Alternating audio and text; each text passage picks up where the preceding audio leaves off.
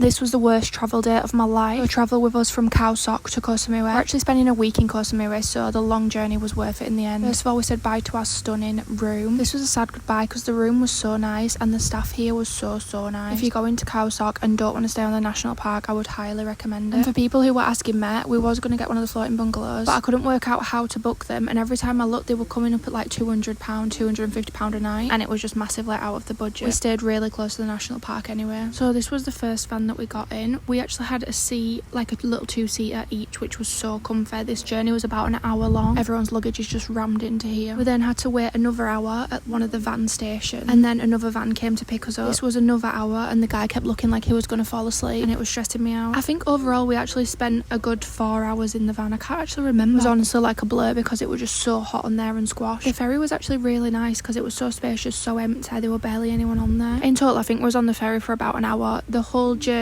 overall took about 6-7 hours, including the like waiting around and stuff. And by this point we were literally starving because we needed to change more money, and we only had a little bit of money left, so all we could get was this little sausage roll and this other thing that I can't remember what it was. It was like a cheese pasty thing. The ferry wasn't bad at all, like you literally can't feel anything. And then we was finally in Koh Samui, and I was so excited. We'd been so excited to go to Koh Samui. The fact we're here for a week is so good because it means I don't have to repack the suitcase. I'd been repacking the suitcase like every 4 days. Nothing beats a Thailand McDonald's. They are so good.